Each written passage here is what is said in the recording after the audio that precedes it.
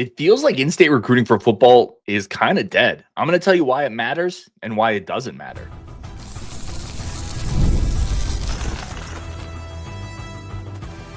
You are Locked On Badgers, your daily podcast on the Wisconsin Badgers. Part of the Locked On Podcast Network, your team every day. What is going on, Badger fans? Welcome to Locked On Badgers, your team every single day. Part of the Locked On Podcast Network. I'm your host, Ryan Herrings. Appreciate you being here. Appreciate the everydayers. Today's episode, we're going to talk about what the heck is going on with in-state recruiting in football. Returning basketball stars, why we have maybe more on the roster than people are thinking, and what to make of this women's basketball hire, the new head coach. Lots of interest and frustration on both sides of that one. Today's episode brought to you by 5 Hour Energy. Head over to 5hourenergy.com to choose from 15 flavors. Need one now? Grab a 5 Hour Energy shot at your local grocery or convenience store. Stock up today and stay energized. Okay, let's get caught up on Wisconsin football and state recruiting. As much as maybe we don't want to, Wisconsin loses another in-state recruit. And when I say another, people are like, well, how many players have you lost in this year's class? It's not this year's class. It's this year's plus last year's plus the year before plus the year before that. Yeah, we used to consider a wall, right? If you remember, Barry Alvarez talked about a wall, Paul Chris, Brett Bielema. There's a wall around the state of Wisconsin. Recruits aren't going to leave. We're going to get the people we want. That thing is so done. For better or worse, I'm going to get into why it matters and why it doesn't matter. Yeah, there's no wall left. If there was any semblance of a wall left, it is now like this crumbling thing that just has a few rock foundations that a future civilization stumbles upon and like, it looks like there used to be a wall here. What happened? It looks like it's been gone forever. That's Wisconsin in-state football recruiting right now. So 2026, Gavin Meier, 6'6", 295-pound, high 3-star offensive tackle, committed to the Minnesota Gophers over the Wisconsin Badgers and Indiana and Northwestern. Also had an Auburn offer. This is a high 3-star in-state kid from Janesville. Wisconsin wanted him. He visited the campus. He had a future cast from rivals. Blazek wanted him. The staff wanted him. And PJ Fleck got him. Now, quick caveat. We all know this. It's very early. A lot of things can happen in recruiting. Minnesota has gotten other kids that Wisconsin has flipped. And Wisconsin has lost kids that, they had and then got flipped. So maybe he doesn't end up in Minnesota. But if you look at the trend line, you just lost Meier to Minnesota. Last year, you lost Owen Strybeck to Notre Dame. You lost Flanagan to Notre Dame. You lost Trey Poteet to Tennessee. Those are the top 3 players in the state. Poteet's a little different, right? Because he didn't grow up here. His dad was the cornerbacks coach and was let go. But still, those are the 3 top players in the state. All went other places. You go back the year before that, Nathan Roy was the top player in the state. Went to Minnesota. Again, maybe a little different because he didn't grow up in Wisconsin. But still, those things didn't happen previously. Also, Corey Smith and Donovan Harbor went to Penn State. Now, there was a lot of stories about maybe Wisconsin pulled those offers. Maybe they showed up in not the best mindset at Wisconsin. And because of that, Wisconsin chose to stop recruiting Corey Smith and Donovan Harbor. But still, that's 3 of your top players in state, again, going to other schools. You go back to 23. 23 is a weird year. There really wasn't that much in-state talent.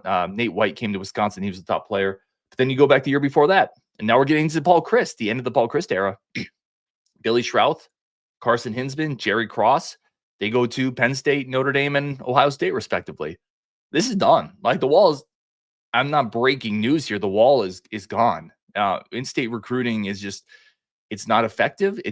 We're not keeping the kids we offer. And I'm going to tell you why it matters and why I think it doesn't matter. I'm going to start with why I think it matters. It matters for a couple reasons. Those used to be your layups in recruiting. As much as, and I know that the landscape has changed, but there's still easier recruitments than harder ones, right? There's still recruitments that require less time, less energy, less resources, less money.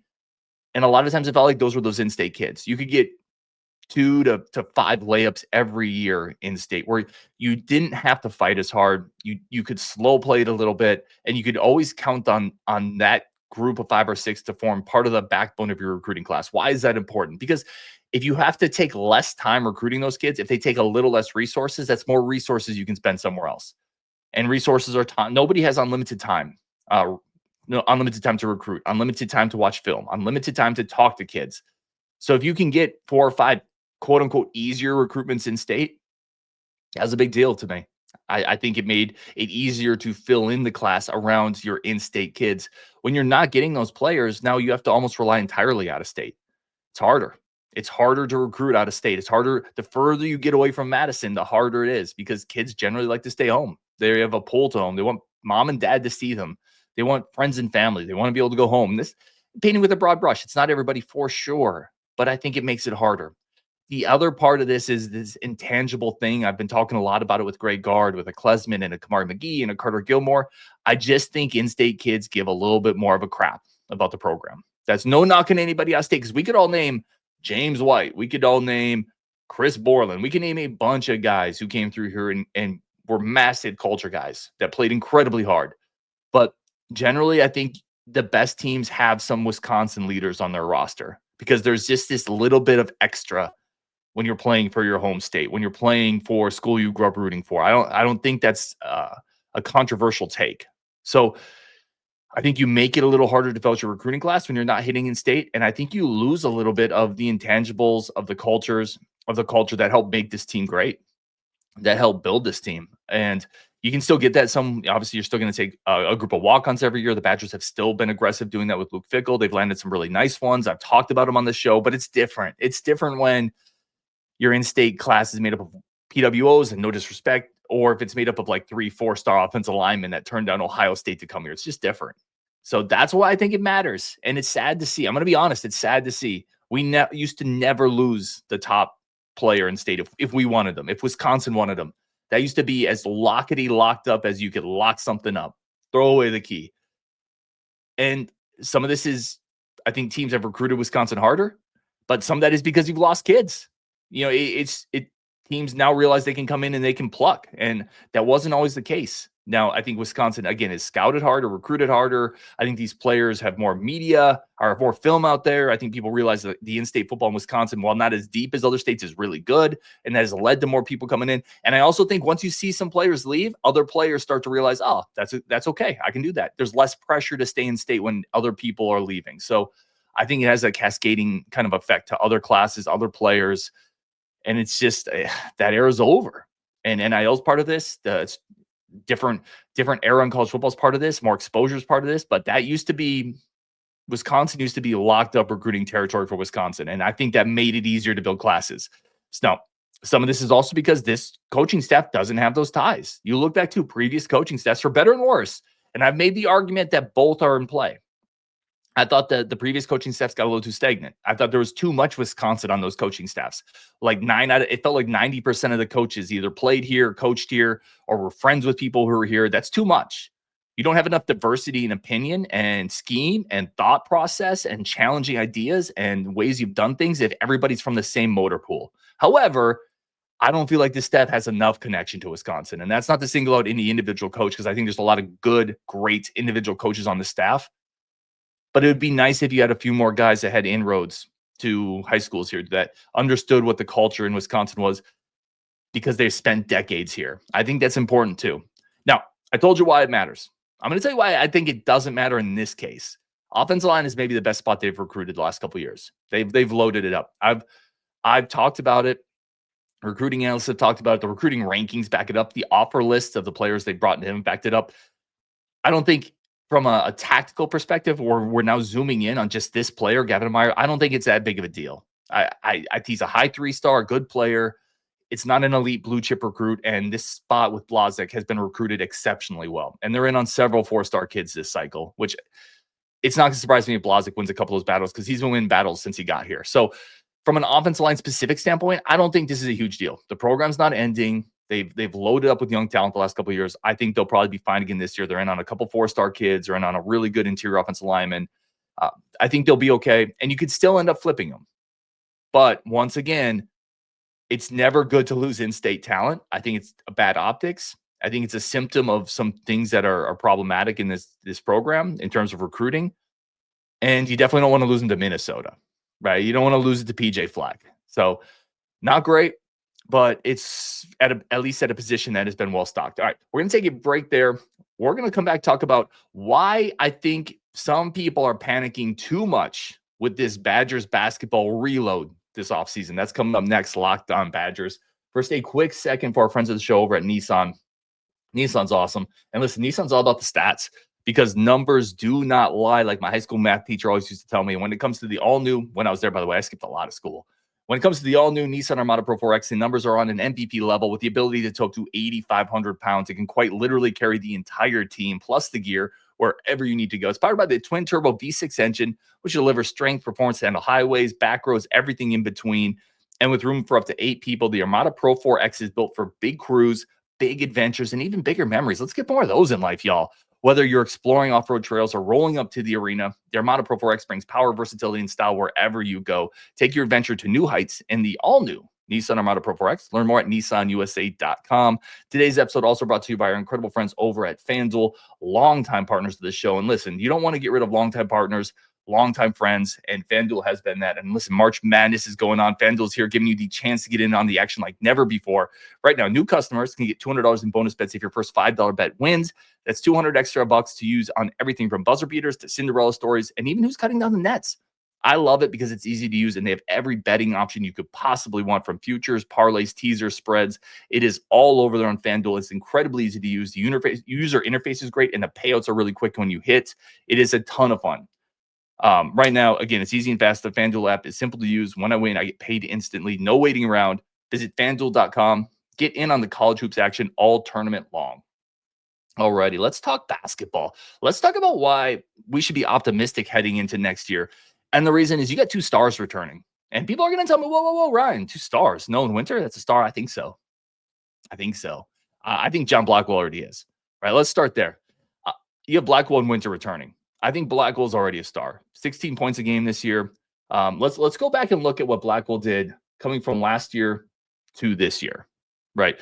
Again, just a true sophomore too. So there's years of development still left here. Blackwell basically doubled his minutes, went from 18 minutes to 31, went from 6 or 8 points to 15.8 points per game. And he did that while maintaining his shooting efficiency. That's the most impressive part. He took on a much bigger role, handled the ball a lot more, became one of the focal points defensively of other teams. Other teams game plan to stop him and Tanjay. That's what they game plan for.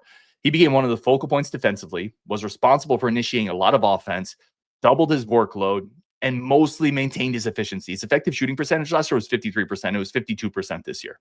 He shot better from inside the arc, a little worse from outside the arc, and he maintained his elite status at the line. He's a star, period, point blank.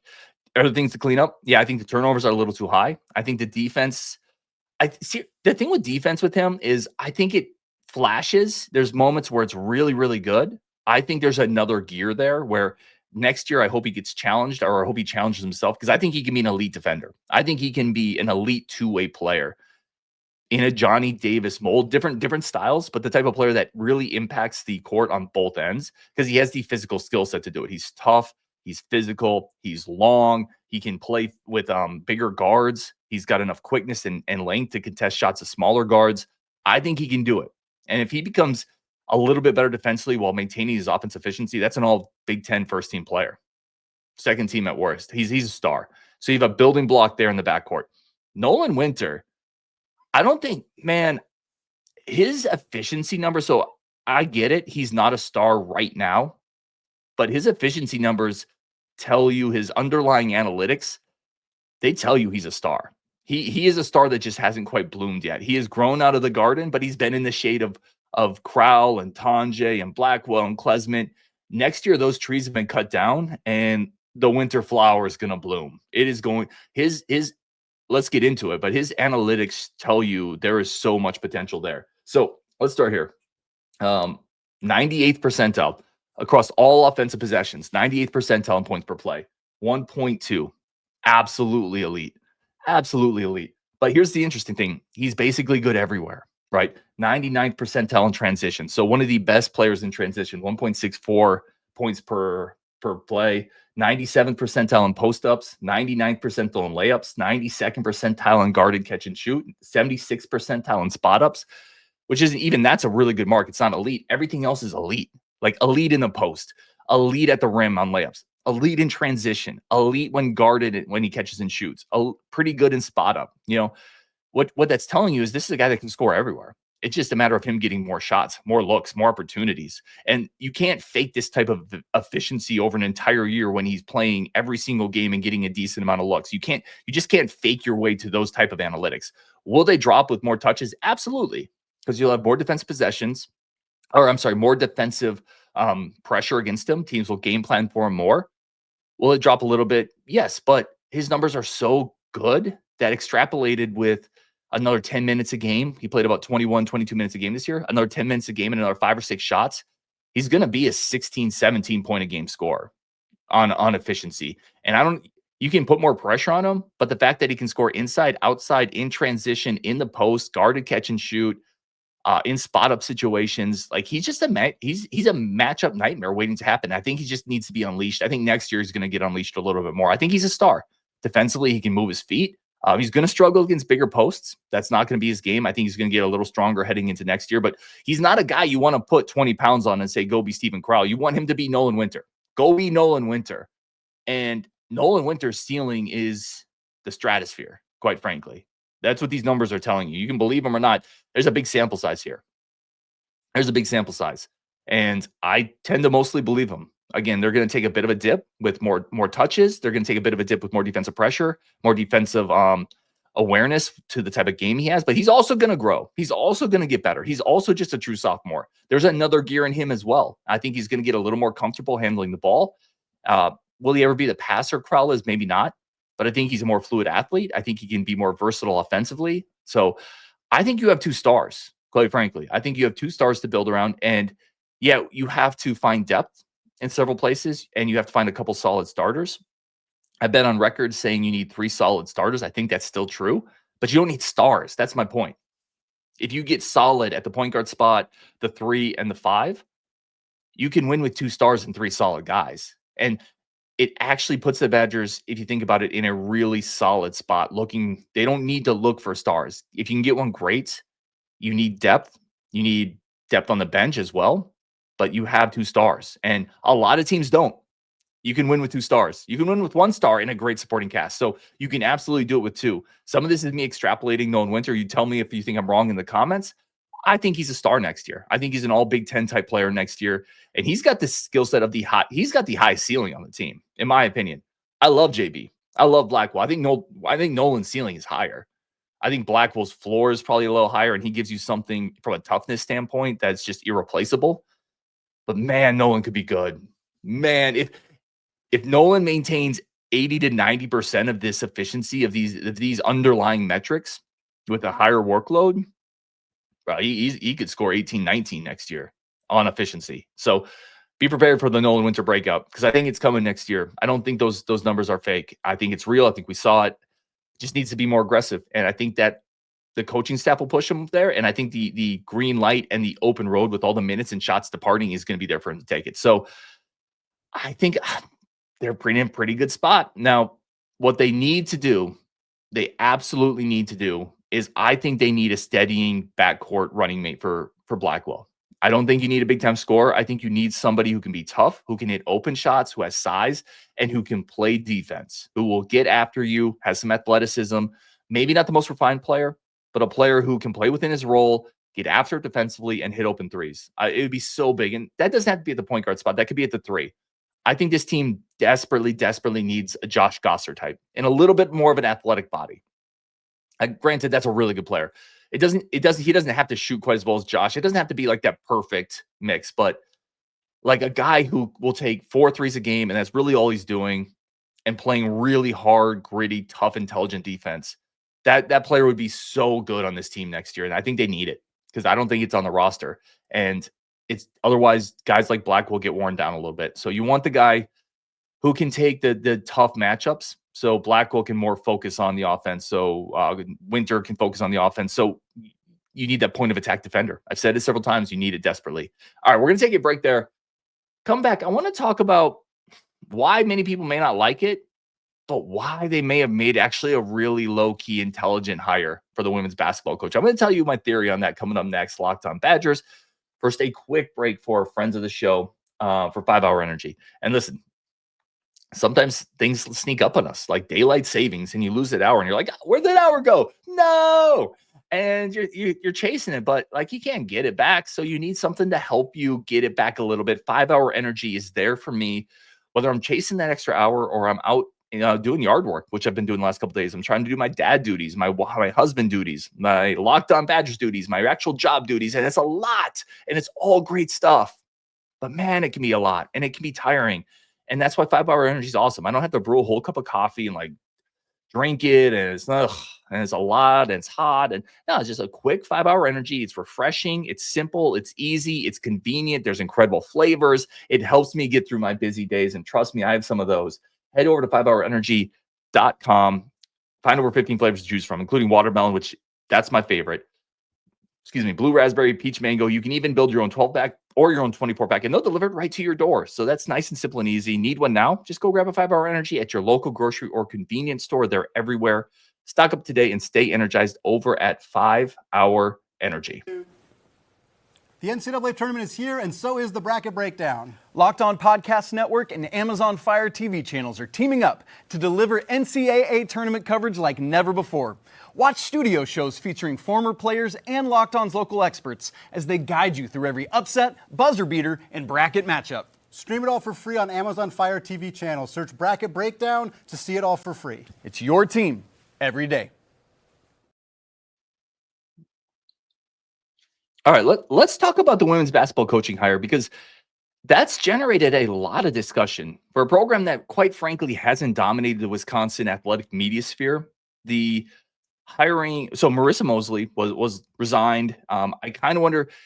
There was a report that came out. I think it was Jim Polzine that interviewed Chris McIntosh, or Chris McIntosh put out a statement. I apologize if I'm getting the source wrong on that. I always try to source who has the info.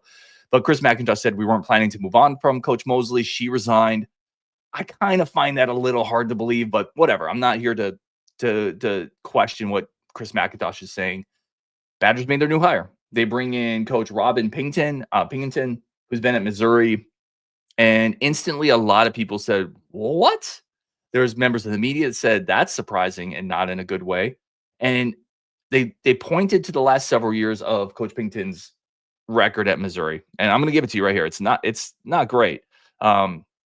She hasn't made the conference or the NCAA tournament in the last 6 years. Last season, she was 3-13 in conference and then resigned. So she had already kind of moved away from Missouri when Wisconsin came calling. The year before, she was 2-14 in conference. The year before that, she was 6-10. This is not a hire that's exciting. Let's start there. This is a hire where a coach the last 3 years have been 3 of her worst years. This is a coach that feels like maybe he's on the decline. This is a coach that Missouri program that had been to several Final Four or NCAA tournaments, not Final Fours, NCAA tournaments. It felt like that program was stumbling under her leadership. And then Wisconsin hired her. And a lot of people said, why wouldn't you go get a young, exciting coach, an in-state coach, somebody who could generate some excitement and some buzz, take a home run swing on somebody? Let me tell you why this hire might actually make some sense. So she was at Missouri for 15 years. So that's a real school, right? Let's all acknowledge this. Missouri, Big 12, SEC, that's a real school. She was there for 15 years and finished with a winning record. Why is that important? It's because the bar is so low right now for Wisconsin women's basketball. She was at a major conference with a major school for 15 years and had a winning record. Went to the NCAA tournament 4 or 5 times in that stretch. Wisconsin would kill for that right now. I understand that this may not be a ceiling hire, but I think what it is a hire to provide stability, a coach that has proven she can stay in a place. Because you don't stay in a major job for 15 years if you're bad. You don't stay in a major job for 15 years if you're having year after year losing seasons, if you're not relating to the culture of the school, if players are leaving in droves. You don't stay at a major school like Missouri for 15 years. I think that's what Wisconsin's looking for. I think that's what athletic director Chris McIntosh is looking for. He's looking for stability. He's looking for someone who can come into this program, stay for 10 years, and establish some type of foundation. Pour the concrete. You don't got to build the rafters and the ceiling and do the intricate doors and floors, whatever. Just build the foundation for us. Get something that we can then turn over to somebody else to build upon. And she was at Missouri. I'm going to repeat it, for 15 years. That is longer than the 3 previous women's basketball head coaches combined stayed at Wisconsin. They need stability. They need someone who can be here for 10 years and be an adult in the room.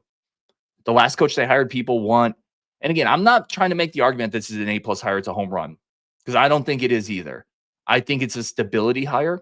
The last coach they hired was more of a flash, right? Came from UConn, had a lot of energy. Coach Mosley, Coach Mo.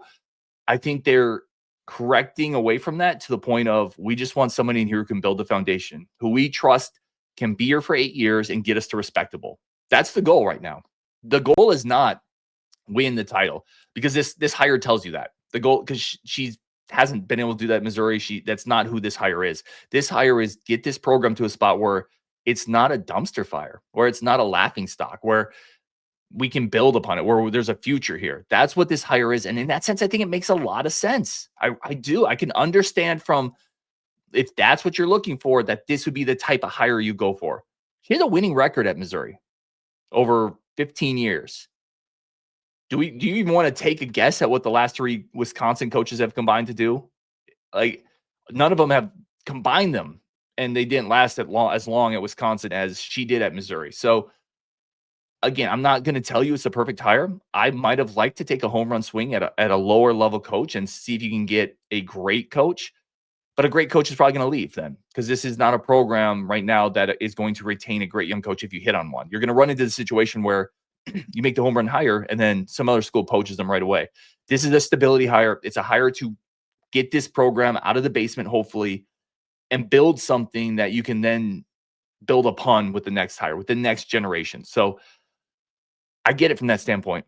I really do. And the last thing I'll say is this university, this state, has proven if you have a great women's team, a good women's team, a good women's program, a solid women's program, this state will support that. This university will support that.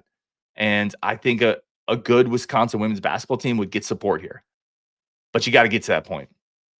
No shortcuts. You got to get to that point. I think that's what this hire is for. I'm hopeful it works. I'm not telling you it's the perfect hire, but I can understand from the Chris McIntosh perspective how it does make sense. So we're going to wrap it there. When you're done here, go check out the Locked On College Basketball Show with Isaac Shade and Andy Patton. Listen, March is here. They are incredible. Get the most informed and up-to-date college basketball news and be the smartest college basketball fan throughout the madness. Find Locked On College Basketball on YouTube or wherever you listen to podcasts. A ton more content coming up on here as always. Thank you for tuning in. Thank you for being part of this community. Appreciate y'all. On Wisconsin, and we will definitely talk tomorrow.